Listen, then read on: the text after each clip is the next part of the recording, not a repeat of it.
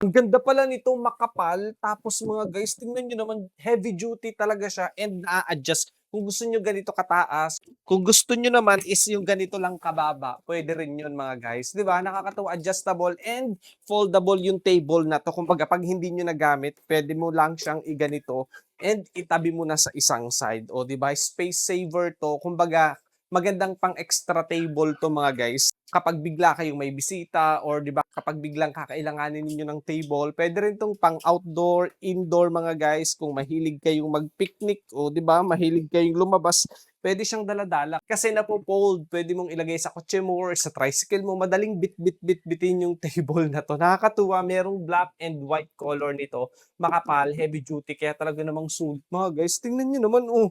Tapos, oh, yung mga pagkakagawa dito sa ilalim, naku mga guys, yung pagka-metal nito makapal yan, tapos yung mga pagkakalagay dito hindi basta masisira, tapos ang mura lang niya ha.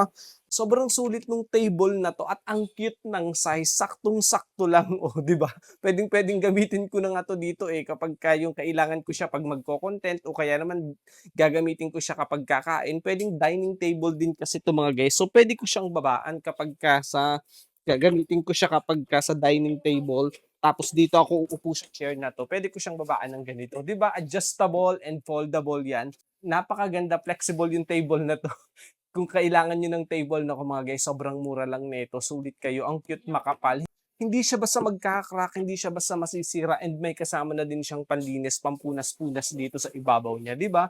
Ang cute nung table na 'to. Puwede siyang study table, working table, dining table, and pang-outdoor table, puwedeng-puwede. Sobrang mura, kaya kung kailangan niyo nito guys, naku, check out niyo na din 'yan.